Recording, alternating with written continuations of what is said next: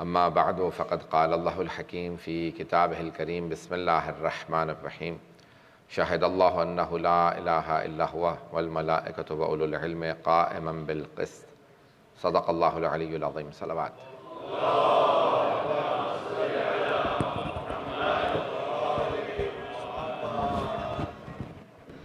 Sorry, mu'mineen who are at the back, there's a lot of gap here in the front. If we can please request you to please move forward as well. Please do move forward. The volunteers will direct you move forward so we can create some space at the back, please. Please with one salawat.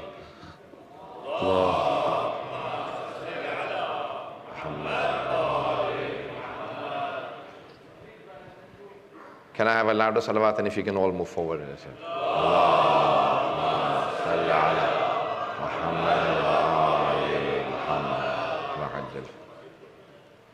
Can we have one salawat for the Zuhur of 12th Imam alayhi salatu wasalam?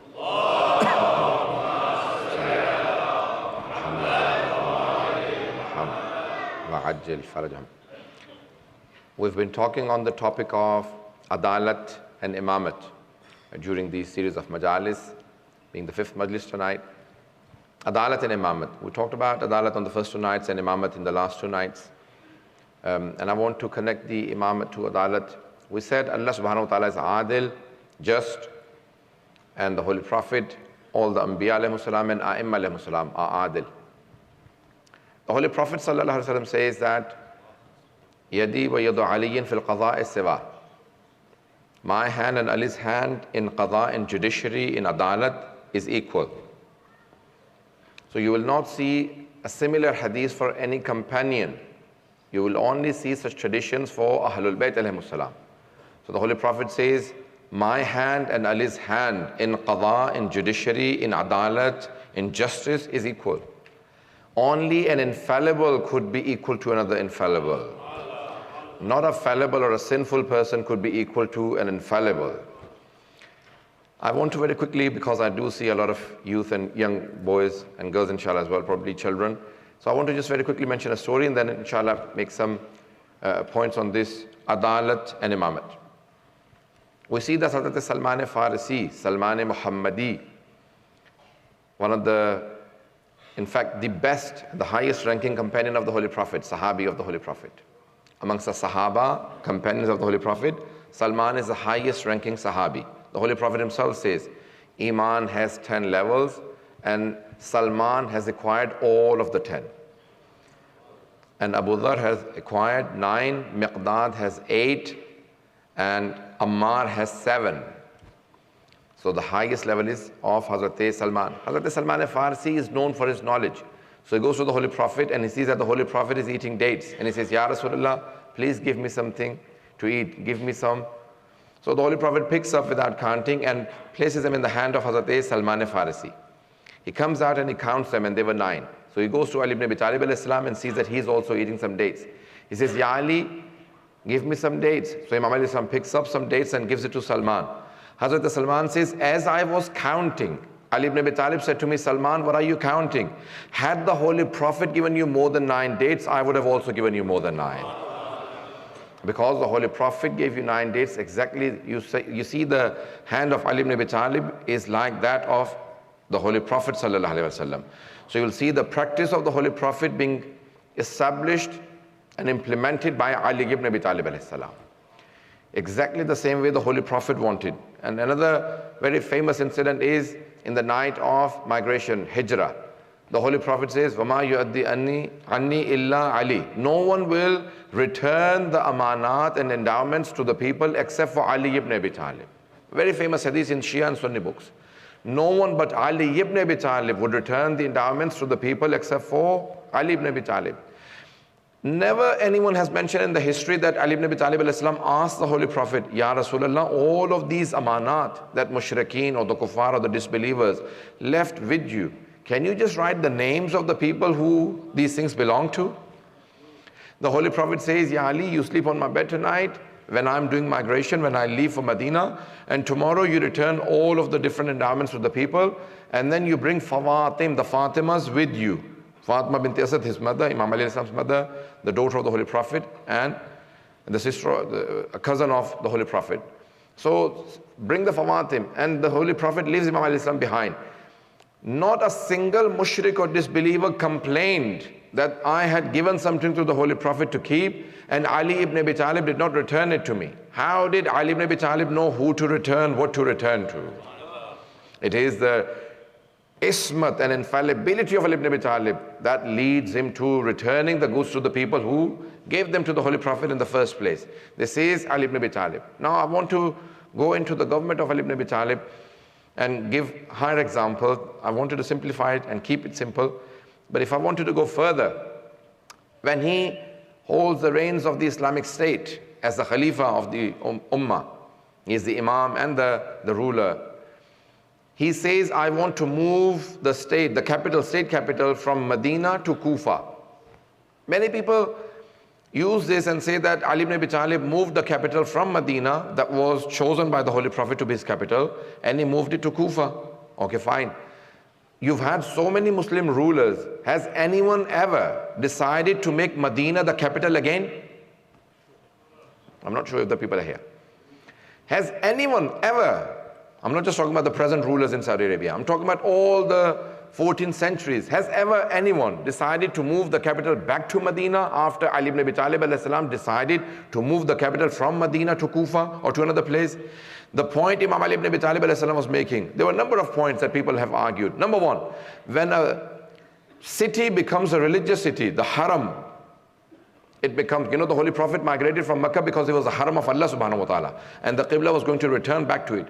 When the Holy Prophet left this world, his haram became Medina.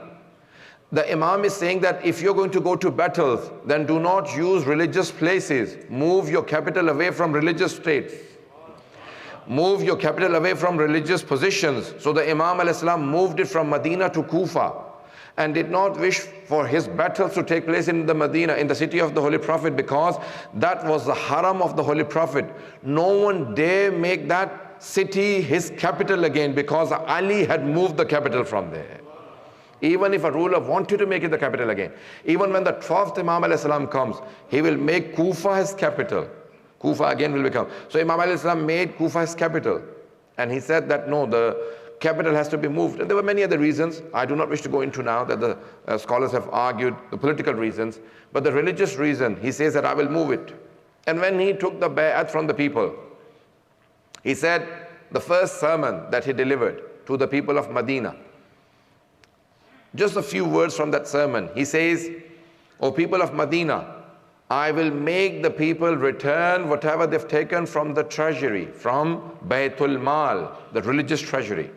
Either khums or zakat or ad madhalim or kafarat, anything they've taken unethically or wrongly from Baytul Mal, I will make them return it. Today people say it, but when it comes to them, when they come into power, it becomes very difficult to implement.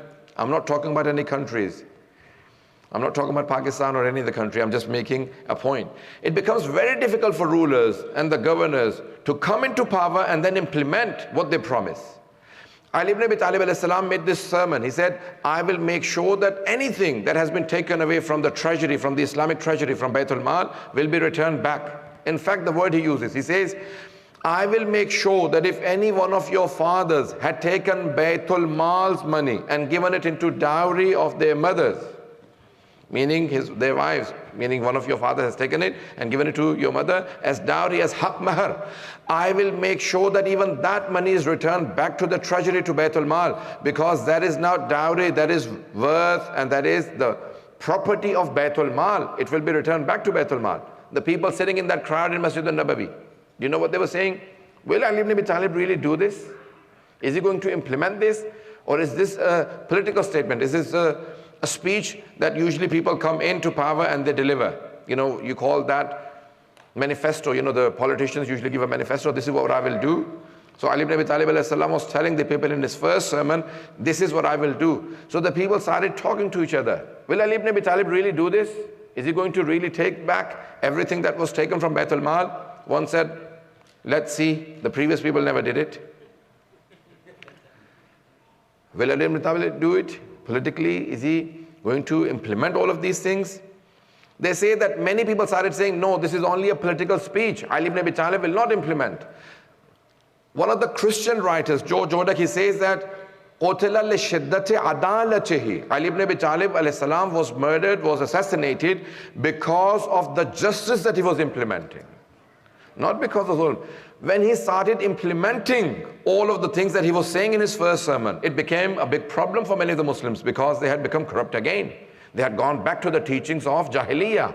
It became so difficult for them to accept Ali ibn Abi Talib alayhi salam as a just ruler because things were becoming quite comfortable for them to go back to their own old methods. Ali ibn Abi Talib said, I will implement. Do not ever come to me asking for a position. If I thought that you were worthy of a position, I will offer it to you myself. I will call you in office and offer you a position. But do not ever ask another person that please mention me to Ali ibn Abi Talib and give me a position. Many people only and only joined hands with the people of Jamal and Siffin and Nahrawan because they did not get what they wanted in terms of position, in terms of wealth. Paying attention, everyone? I want to talk about the Adalat of Ali ibn Abi Talib alayhi salam. I'm going to be specific on some of the things. Likes of Talha and Zubair. Zubair was the first cousin of Ali ibn Abi Talib alayhi salam. Talha was cousin of the third Khalifa. They were both son-in-laws of the first Khalifa. They came to Ali ibn Abi Talib and they said to Ammar. Ammar Yasir was like a personal assistant to Ali ibn Abi Talib alayhi salam. Hazrat Ammar Yasir. His parents are the first Shuhada of Islam, Hazrat Yasir and Sumayya.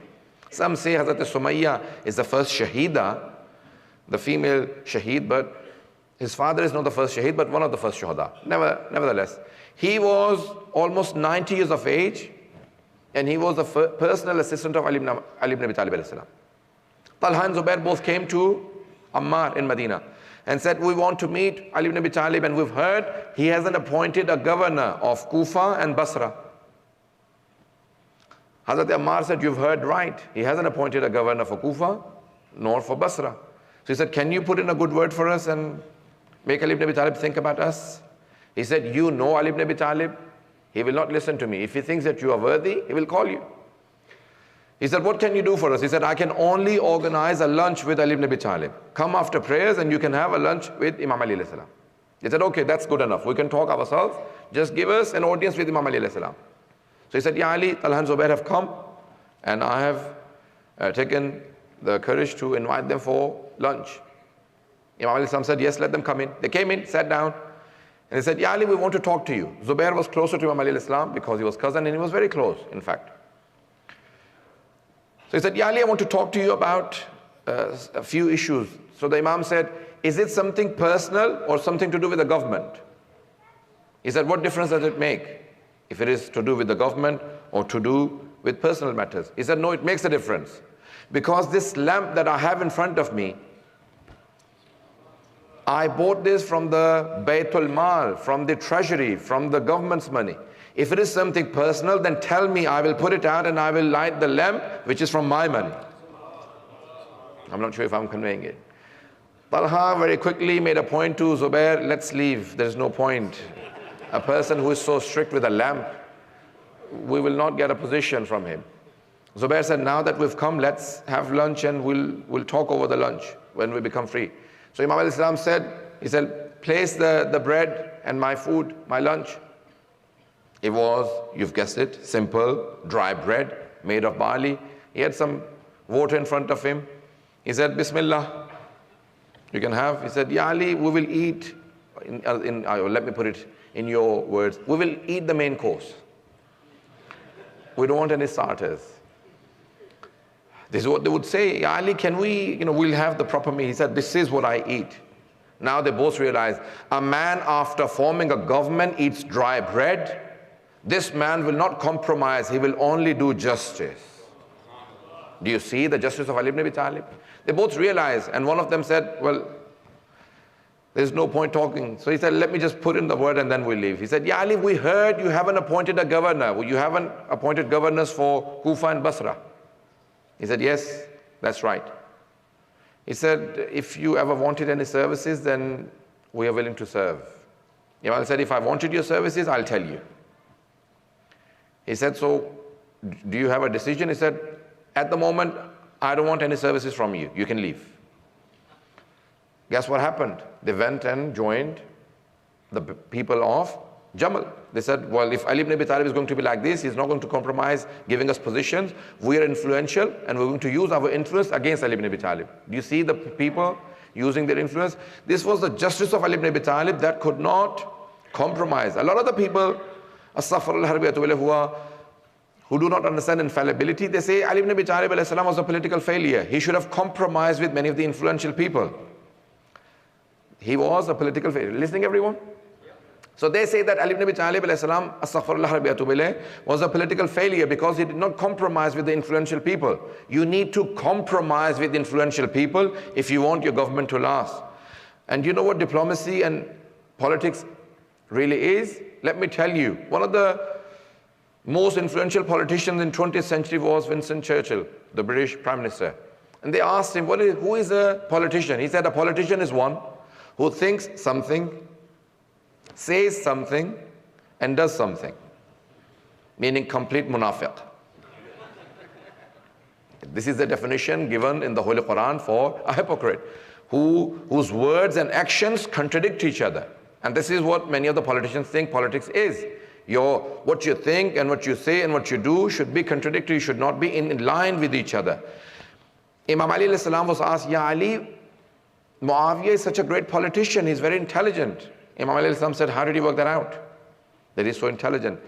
They said, Ya Ali, he has a new plan against you every day. He said, Tilka hilatun, that's cunningness, that's not wisdom. That's not aql. Al-aqlu ma'ubida bihir rahman, waqtusaba bihil janan. Wisdom is something that makes you believe in Allah subhanahu wa ta'ala and takes you all the way to paradise. Wisdom is not something that makes you cunning and conniving and deceiving. Deception is not wisdom. Deception is deception, wisdom is wisdom.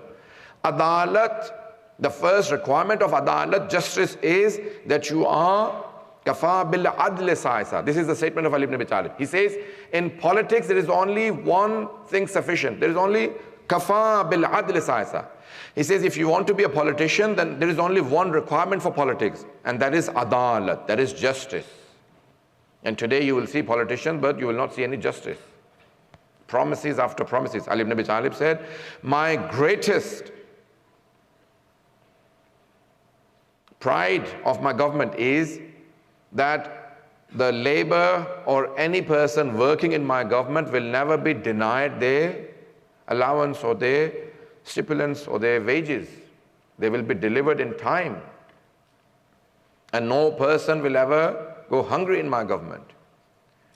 When the sixth Imam was asked, Maula, why did Ali ibn Abi Talib wear such a simple dress? He said, because he wanted to keep himself at the lowest level of the people in his government. So they don't say that he is ruling and he is in a better position.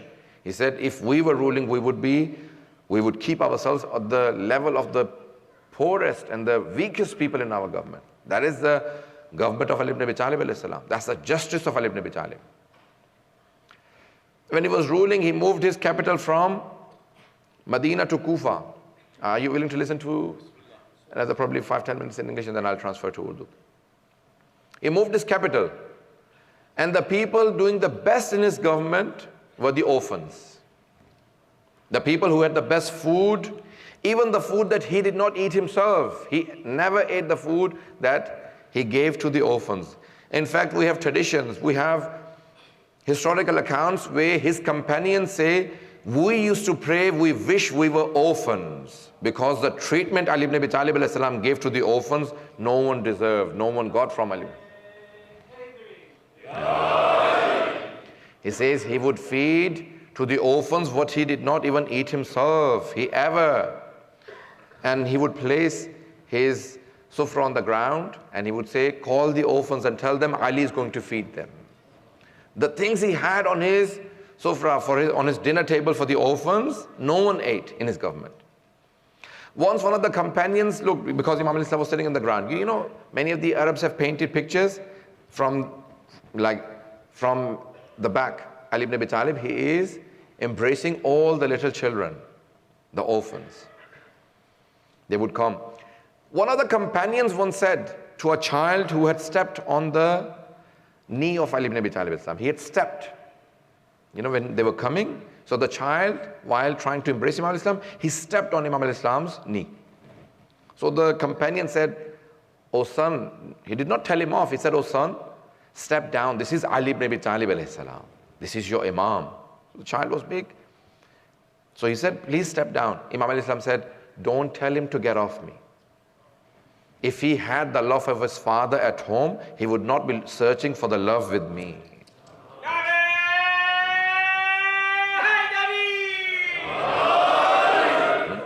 He would not be searching for the love here. He's searching for the love because he does not have this love at home. Allow me to treat him like my son. Allahu Akbar. He says, "Ana Abul Aitam, I'm the father of all the orphans. No orphan should feel they have no father. Ali is their father." The justice of Ali ibn Abi Talib. In fact, this is more than just justice. As a ruler himself, when he's traveling, he did not have any guards.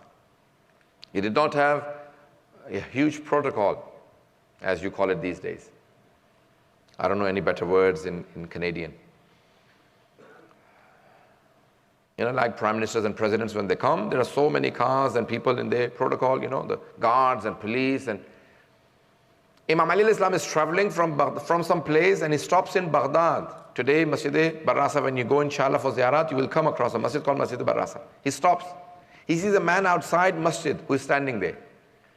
So he says, "Are you doing something?" He says, "No, I'm free." So he asks him, look at him. He doesn't say, "Look, I'm your ruler, I'm your imam, I'm your khalifa.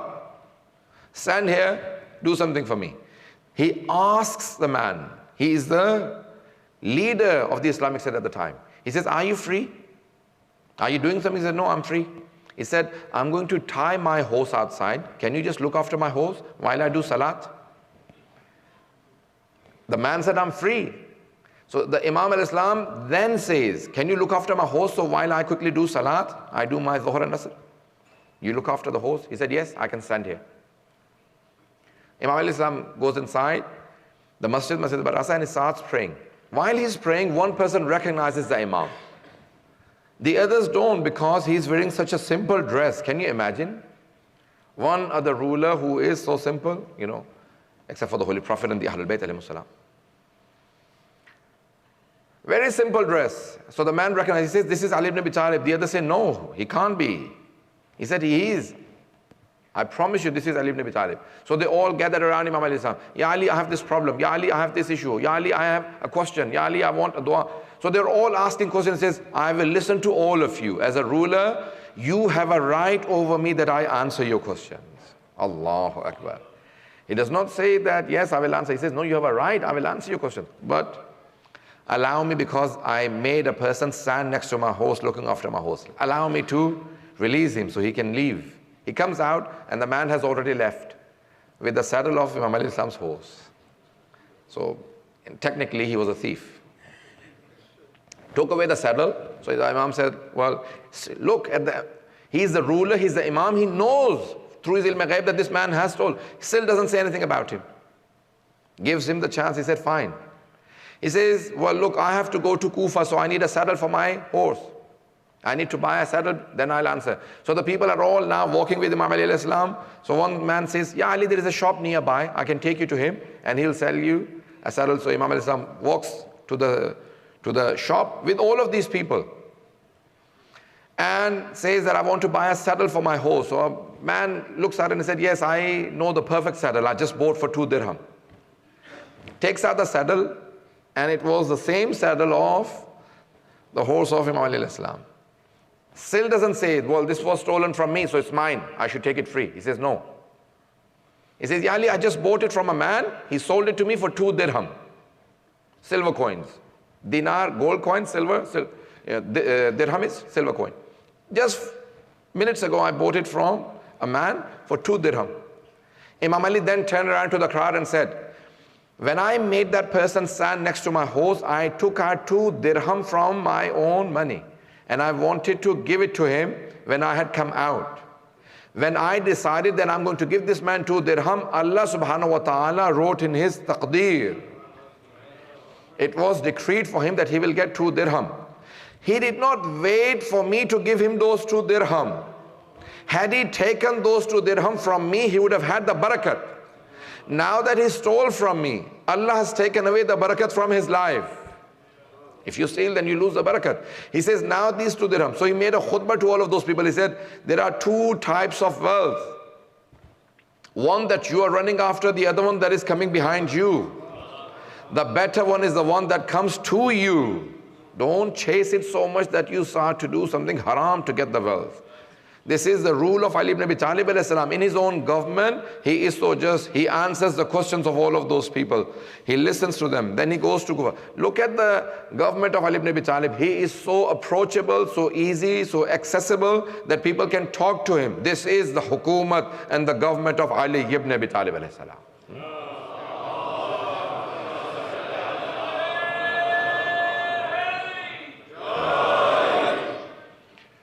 عزیزان کرام یہ وقت تمام ہو گیا ہے کہ میں تفصیل میں نہیں جا سکتا. عدالت علوی یہ ہے کہ اگر کوئی بھی آ جائے تو جناب امیر اسے مایوس نہیں کرتے. کوئی بھی آ جائے, حتیٰ دشمن بھی آ جائے تو جناب امیر اسے لوٹاتے نہیں. عدالت تو کیا بھئی, یہ عدالت سے بالاتر مقام ہے. آپ کے ذہنوں میں ہے واقعہ کہ احد کے میدان میں ایک آدمی چھپ کے آ رہا ہے جناب امیر کو پیچھے سے وار کرنے کے لیے, لیکن شیر خدا کا روب اتنا تھا کہ چھپ کے آ رہا تھا, پھر بھی اس کے ہاتھ پاؤں کانپ رہے تھے. تلوار ہاتھ میں تھی, خنجر تھا ہاتھ میں, ہاتھ سے خنجر چھوٹ گیا. جیسے ہی خنجر پہاڑ پہ گرا تو ایک آواز پیدا ہوئی. جناب امیر نے بڑے اطمینان سے مڑ کے دیکھا.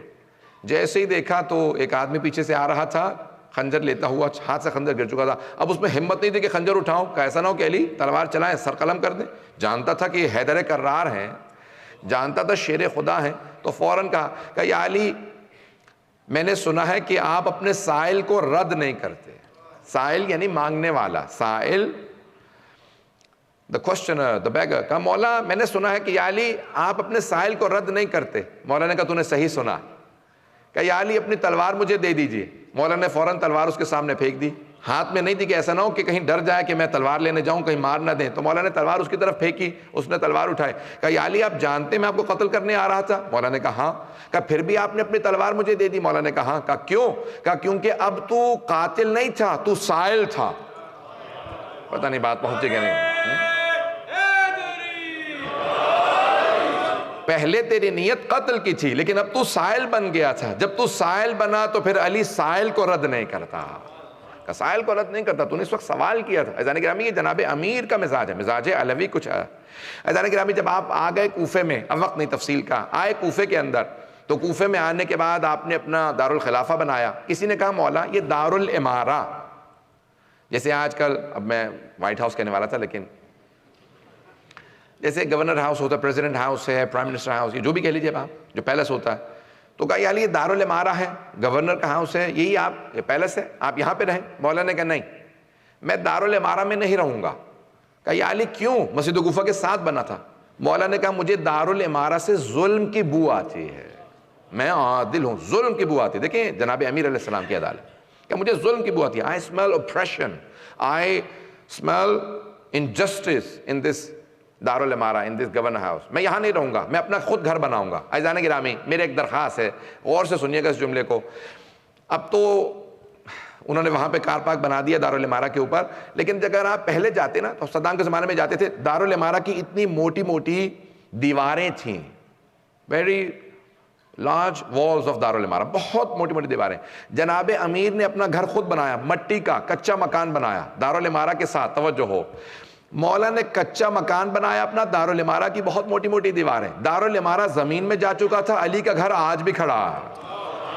جو عدالت پہ بنایا جائے وہ مکان باقی رہتا ہے, جو ظلم پہ بنایا جائے وہ ختم ہو جاتا.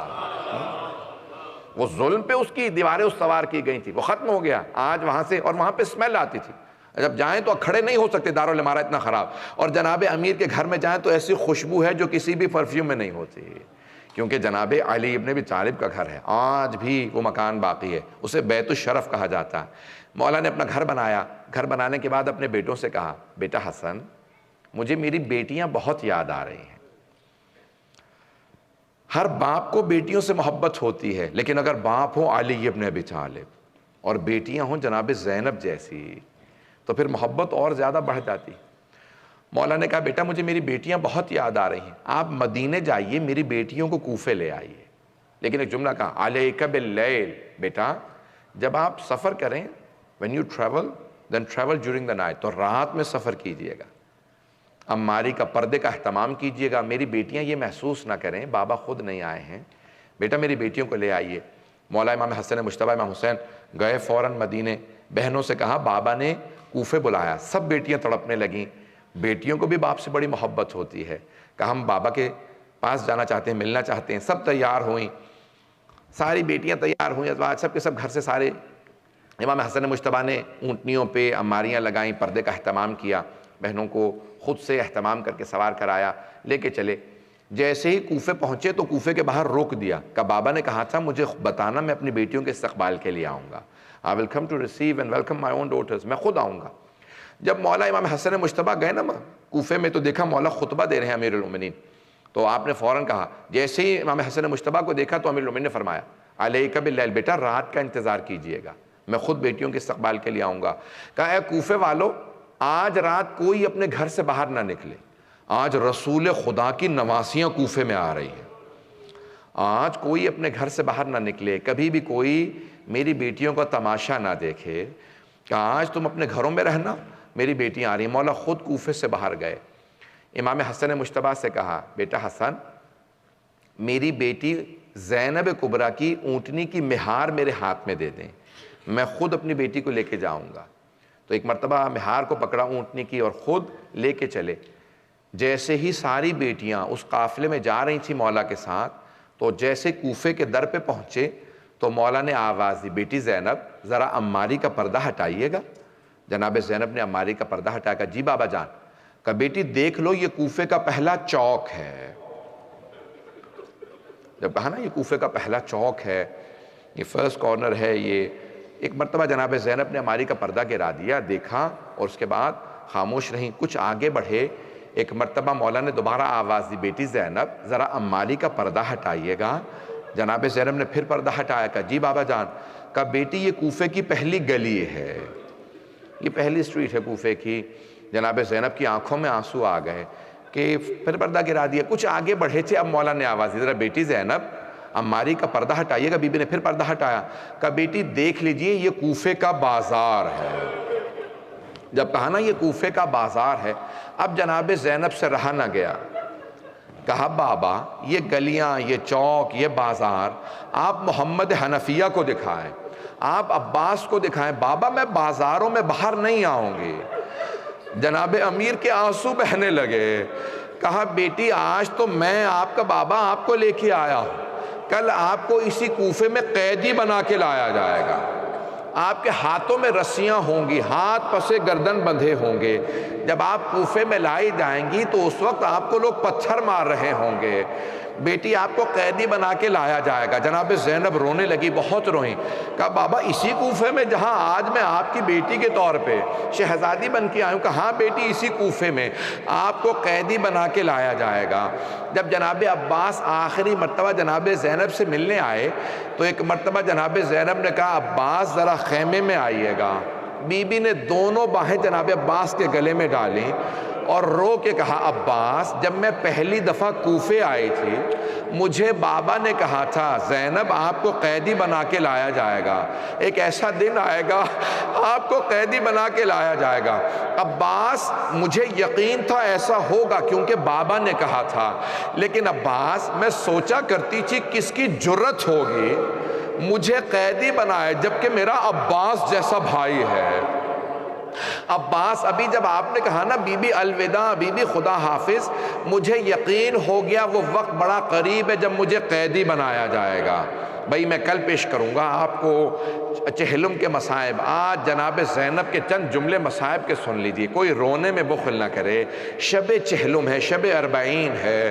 آج جناب امیر کو پرسہ دیجئے گا, مولا آپ کو آپ کی بیٹی زینب کا پرسہ دینے آئے ہیں. ہر امام کا ایک واسطہ ہے. جناب امیر المؤمنین کا واسطہ جناب زینب کبریٰ ہے. جب کوئی بہت زیادہ پریشان ہونا تو کہے مولا میں آپ کو آپ کی بیٹی زینب کا واسطہ دیتا ہوں، مولا میں بہت پریشان ہوں میری مشکل کشائی کیجئے. کبھی دعا رد نہیں ہوتی، کہے مولا آپ میری مشکل کشائی کریں، میں آپ کو جناب زینب کا واسطہ دیتا ہوں. آئیں ذرا جناب زینب کے چند جملے مصائب کے پڑھوں گا. جب جناب زینب 11 محرم کو جانے لگیں کربلا سے، تو ایک مرتبہ جب اونٹنی کی پشت پہ بیٹھیں، آپ نے دیکھا ہے نا اونٹ بلند ہوتا ہے، بی بی نے مقتل میں 2 لاشیں دیکھے. جیسے ہی لاشوں کو دیکھا بی بی کے آنسو بہنے لگے. بی بی نے آنکھیں بند کر کے کہا اونو محمد خدا حافظ، اے میرے شیروں ماں جا رہی ہے. بی بی نے بلند آواز سے گریہ نہیں کیا. بی بی کربلا سے چلی گئیں، کوفہ آئیں، کوفہ سے بی بی شام چلی گئیں. بس بھئی شام میں رہائی ملی. جب رہائی ملی نا تو پہلے شہداء کے سر واپس آ رہے تھے. میں کیسے بتاؤں آپ کو شہداء کے سر؟ ارے ماں کے سامنے بیٹوں کا سر لایا جائے، وہ ماں کیسے برداشت کرے گی؟ سر آ رہے تھے، اتنے میں 2 سر آئے. ساری بیویوں نے جناب زینب کو دیکھا. جناب زینب نے سروں کو دیکھا، سر جھکا لیا. اب سروں کو نہیں دیکھ رہی.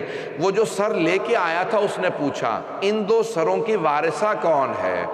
ان 2 سروں کی وارثہ کون ہے؟ کسی بی بی نے جواب نہیں دیا. سب جناب زینب کو دیکھ رہی ہیں. جناب زینب نے کوئی جواب نہیں دیا. اس نے دوبارہ سوال کیا، پھر کہا کیا ان 2 سروں کی وارثہ خیموں میں جل کے مر گئی ہے؟ اب جناب فضہ سے رہا نہ گیا.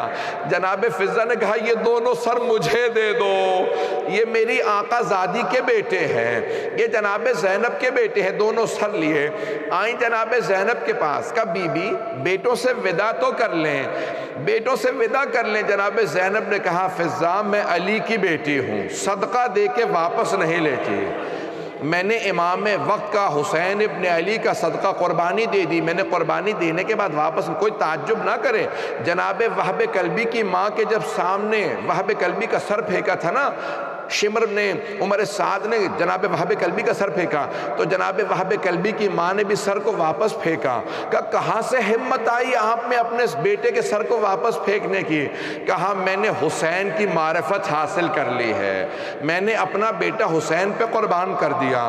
میں قربانی دینے کے بعد واپس نہیں لیں گی، کہیں ایسا نہ ہو میرا دل ٹوٹ جائے، میں کہیں صبر نہ کر سکوں.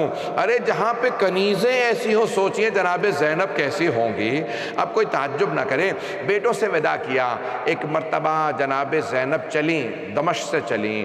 کہاں گئیں؟ بی بی ایک مرتبہ کربلا آئیں، ساری بیویوں کے ساتھ کربلا آئیں. میں کل کربلا کے مصائب پڑھوں گا، آج جناب زینب کے مصائب سن لیں. میرا وعدہ ہے اگر آپ تھوڑی سی توجہ کریں گے آپ کی آنکھوں میں آنسو ضرور آئیں گے.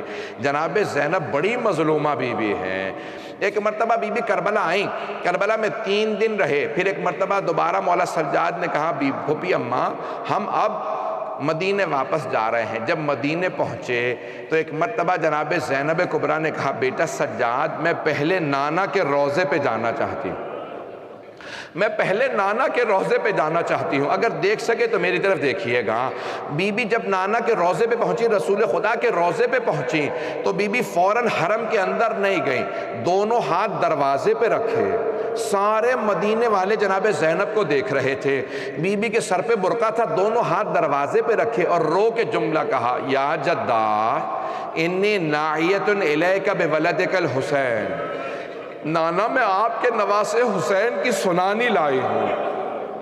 نانا میں 70 قدم کے فاصلے پہ کھڑی دیکھ رہی تھی جب شمر نے حسین کے سر سے امامہ اتارا.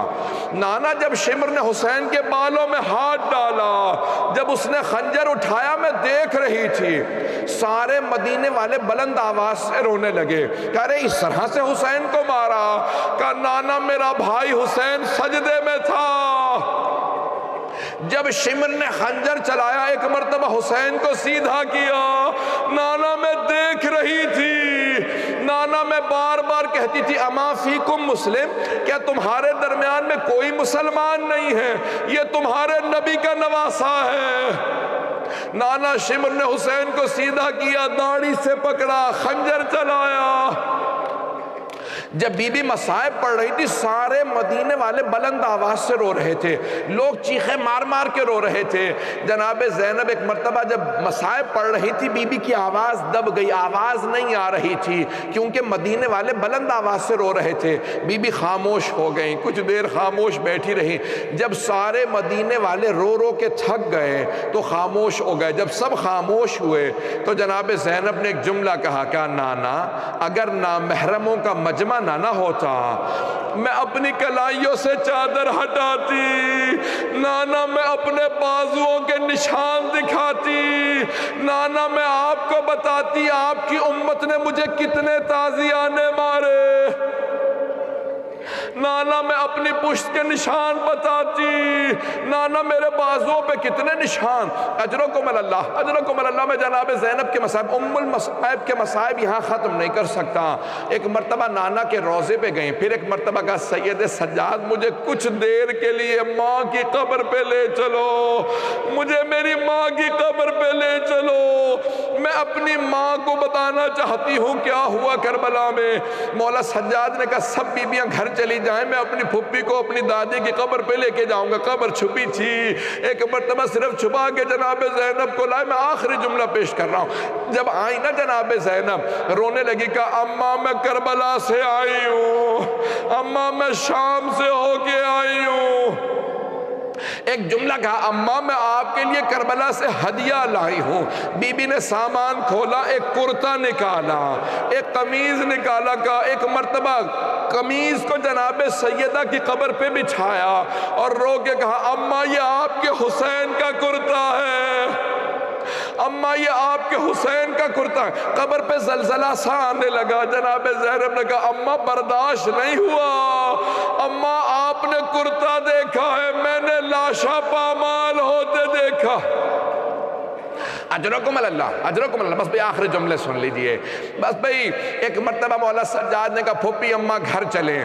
کس کے گھر؟ اپنے گھر لے گئے، امام حسین کے گھر لے کے گئے۔ جناب زینب بیٹھی، سب سے پرسہ لیا، سب کو پرسہ دیا۔ چہلم کے مصائب میں کل پڑھوں گا۔ جب سب کو پرسہ دیا ایک مرتبہ جناب زینب ابھی بیٹھی رو رہی تھی کہ ایک مرتبہ جناب عبداللہ ابن جعفر طیار نے بلا بھیجا۔ جناب زینب کے شوہر نے کہا اے سید سجاد اپنی پھپھی سے کہیں گھر واپس آ جائیں۔ وہ جناب زینب وہ بی بی جس نے کربلا میں بیٹوں پہ گریہ نہیں کیا، کوفے میں بیٹوں پہ کوئی گریہ نہیں کیا، شام میں بیٹوں کے سروں پہ کوئی گریہ نہیں کیا، نانا کے روضے پہ بیٹوں کا کوئی تذکرہ نہیں، ماں کی قبر پہ گئیں بیٹوں کا کوئی شکوہ نہیں کیا، بھائی کے گھر گئیں سب کا پرسہ لیا، مرثیہ کہا لیکن بیٹوں کا ذکر نہیں کیا۔ لیکن آخر ماں تھی، کب تک صبر کرتی؟ جیسے ہی گھر جانے لگی بی بی نے برقع سر پہ رکھا، ایک مرتبہ بی بی کا کلیجہ منہ کو آنے لگا، دل پھٹنے لگا، ٹانگیں لرزنے لگی، روتی ہوئی گھر گئی۔ جب گھر پہنچی صحن میں 2 جانمازیں بچھی تھی، بی بی نے جانمازیں اٹھا کے سینے سے لگائی، رو رو کے کہنے لگی اودو محمد میرا اس گھر میں دل نہیں لگتا، میں جینا نہیں چاہتی، مجھے اس گھر سے کوئی لے جائے۔ ابھی جناب زینب بین کر رہی تھی، رو رہی تھی، اتنے میں دیکھا جناب عبداللہ ابن جعفر طیار گھر میں آ گئے۔ نہ جانے جناب زینب پہ کیا بیت گئی، جناب عبداللہ پہچان نہیں سکے۔ جانتے کیا کہا؟ کہا بی بی آپ ہمارے گھر میں کیوں آئی ہیں؟ میری زوجہ گھر نہیں ہے، آپ تشریف لے جائیے۔ جناب زینب نے دونوں ہاتھ سر پہ رکھے، کہا عبداللہ پہچانا نہیں؟ عبداللہ میں زینب ہوں، عبداللہ ہم لٹ گئے، برباد ہو گئے، اونو محمد مارے گئے۔ جب بی بی کے ہاتھ سر پہ تھے نا، جناب عبداللہ نے نہ جانے کیا دیکھا، زمین پہ گر گئے، پھر کھڑے ہوئے، پھر زمین پہ گر گئے۔ جب دوسری مرتبہ زمین پہ گرے یا تیسری مرتبہ زمین پہ گرے، جناب زینب نے پوچھا عبداللہ کیا بات ہے؟ کیا بیٹوں کی شہادت برداشت نہیں ہو رہی؟ آپ کیوں اتنا گر رہے ہیں، کیوں اتنا رو رہے ہیں؟ کہا عبداللہ کیا بات ہے؟ جناب زینب نے جب پوچھا تو جناب عبداللہ ابن جعفر طیار نے کہا نہیں زینب، وہ دونوں حسین پہ قربان، میں ہوتا میں بھی حسین پہ قربان قربان ہو جاتا. مجھے بیٹوں کا اتنا صدمہ نہیں ہے. زینب مجھے یہ بتاؤ یہ کلائیوں پہ نشان کیسے ہے؟ یہ نشان کیسے ہیں؟ جناب زینب نے کہا عبداللہ ہاتھوں میں رسیاں، کوفہ و شام کے بازار، شرابی کا دربار، علی کی بیٹیاں، ہاتھوں میں پتھر، کوفہ و شام کے بازار. الا لعنت اللہ علی القوم الظالمین وسیعلم الذین ظلموا ای منقلب ینقلبون. مختصر سے دعا. پروردگارہ شب اربعین ہے، ہم اپنے لیے آج کچھ نہیں مانگ رہے. پروردگارہ ہم سب کو امام زمانہ کا ظہور دیکھنا نصیب فرما. پروردگارہ دشمنان اہل بیت کو نیست و نابود فرما. داعش و طالبان کو، آل سعود کو غارت فرما. مؤمنین کی حفاظت فرما. خصوصاً جو زائرین ہیں جو اس وقت کربلا جا رہے ہیں، پروردگارہ تمام زائرین کی حفاظت فرما. پروردگارہ ہمارے مقامات مقدسہ کی حفاظت فرما. عراق و شام کے تمام روضوں کی حفاظت فرما. پروردگارہ جنت البقیع، جنت معلیٰ دوبارہ تعمیر ہوتا دیکھنا نصیب فرما. قبلہ اول کو آزاد فرما. پروردگارہ اس وقت یمن میں، بحرین میں، عراق میں، شام میں، کشمیر میں، افغانستان میں، نائجیریا میں، برما میں حالات خراب ہیں، سب کی حفاظت فرما. پروردگارہ تجھے واسطہ ابن عزت و جلال کا ہماری گنہگار آنکھوں کو امام زمانہ کی زیارت نصیب فرما. پروردگارہ اس وقت پوری دنیا کے اندر حالات عجیب و غریب ہیں، تمام مؤمنین کی حفاظت فرما. پروردگارہ ہماری مستورات کے پردے کی حفاظت فرما. پروردگارہ ہمارے ان تمام کے تمام نوجوانوں کی جوانیوں کو سلامت رکھ. ہمارے تمام بزرگوں کو صحت و سلامتی، لمبی زندگی عنایت فرما. پروردگارہ ہم سب کو جناب امیر کی، اہل بیت کی اس دین پہ، محمد و آل محمد کی ولایت پہ باقی رکھ.